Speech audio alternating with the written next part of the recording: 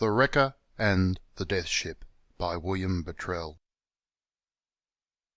Persons of a notoriously wicked character were said to have been frequently taken off bodily by Old Nick when they died. The following is one of many stories to that effect. More than 100 years ago a dark strange man appeared in St. Just. No one knew whence he came, but it was supposed, however, that he was put ashore from a pirate ship by way of marooning him, as the crews of such are wont to do, by any wretch that is too bad even to consort with high sea robbers. He didn't appear to want for money, as he soon rented a small, lone tenement near the shore, and married a widow of the neighbourhood. People wondered for a long while how so many vessels got wrecked under the cliff that bordered the stranger's farm.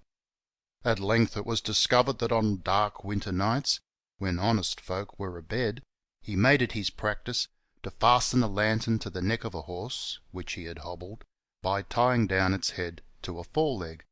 Then he drove the horse along near the cliff, and the lantern, from its motion, would be taken for a vessel's stern light. Consequently those on board ships sailing by, expecting to find plenty of sea room, would come right in and be wrecked on the rocks. Any of their crews that escaped a watery grave the wretch would knock on the head with his axe, or cut off their hand when they tried to grasp the rocks. He lived along and became rich by his sin. At length, however, the time came for the fiend to claim his own. When he was dying, his awful shrieks were heard far away, as he cried, "Do save me from the devil, and the sailors there looking to tear me to pieces." Several parsons and other pious folks were sent for. All those of the neighbourhood readily came, for the dying sinner was rich. Though it was in harvest time and high day, the old wrecker's chamber became, at times, as dark as night. The parsons saw the devil in the room when others could not. By their reading they drove him to take many shapes, but for all that he would not be put out.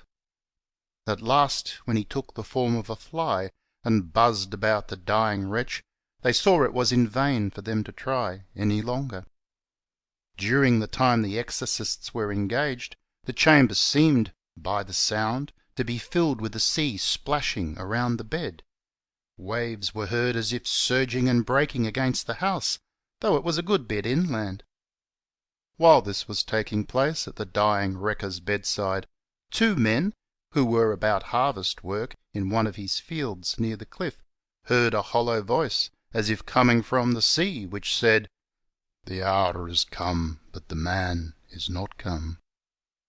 Looking in the direction whence the words came, they saw no person, but far out to sea they beheld a black, heavy, square-rigged ship, with all sail set, coming fast in against wind and tide, and not a hand to be seen aboard her. She came so close under cliff that only her topmast could be seen, when black clouds, that seemed to rise out of the deep, gathered round her and extended thence straight to the dying man's dwelling. The harvest men, terrified at the sight of this ship of doom so near them, ran up to the town place just as the old sinner died, when his dwelling shook as if about to fall. Everybody in great fright rushed out and saw the black clouds roll off towards the death ship, which at once sailed away, amidst a blaze of lightning, far over sea, and disappeared. The weather immediately cleared, and nothing unusual occurred until a few men assembled to put the wrecker's ghastly remains quickly off the face of the earth. Then, as the coffin was borne towards the churchyard, a large black pig came, no one knew from whence, and followed the bearers, who all declared the coffin was too light to contain any body. The sky, too, became suddenly overcast, and a tempest raged to that degree they could scarcely keep on their legs to reach the churchyard stile, where such shoots of blinding lightning flashed around them that they dropped the coffin and rushed into the church. The storm having abated, they ventured out, and found nothing of the coffin but its handles and a few nails, for it had been set on fire and all consumed by the lightning. End of The Wrecker and the Death Ship. Recording by Son of the Exiles.